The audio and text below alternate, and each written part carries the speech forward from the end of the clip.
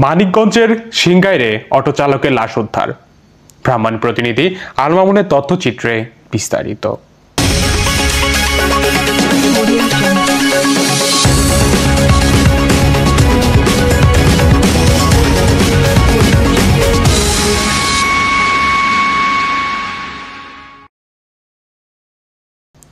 মানিকগঞ্জের সিংগাইরে নিখোঁজের 5 দিন পর ভুট্টা ক্ষেত থেকে আবুল হোসেন নামের এক অটো চালকের লাশ উদ্ধার করা হয়েছে।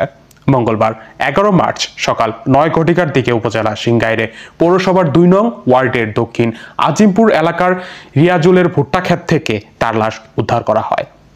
নিহত আবুল হোসেন ওই এলাকার মৃত হাসেমের ছেলে। পারিবারিক ও স্থানীয় সূত্রে জানা যায়, আবুল হোসেন গত শুক্রবার দুপুরে বাড়ি থেকে বের হয়ে আর ফিরেনি। আত্মীয় স্বজন বিভিন্ন জায়গা খোঁজাখুঁজি করে না পেয়ে সোমবার থানায় জিডি করেন। পরের দিন মঙ্গলবার বাড়ির পাশে ভুট্টা ক্ষেত থেকে স্থানীয়রা লাশ দেখতে পান। বিষয়টি থানা পুলিশকে অবগত করলে ঘটনাস্থলে পুলিশ পৌঁছে লাশ উদ্ধার করে।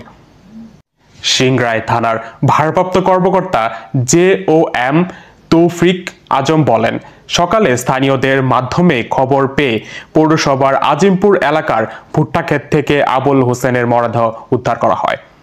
প্রাথমিকভাবে ধারণা করা হচ্ছে পরিকল্পিতভাবে আবুল হোসেনকে হত্যার পর মরদেহটি ভুট্টা ক্ষেতে মধ্য ফেলে রেখে যায় দুর্বৃত্তরা।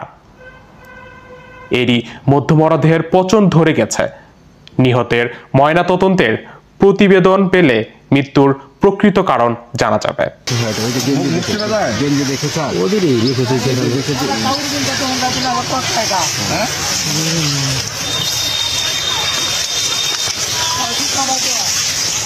জুতা কি নারী? হ্যাঁ, জুতা দেখি বোঝা যাচ্ছে।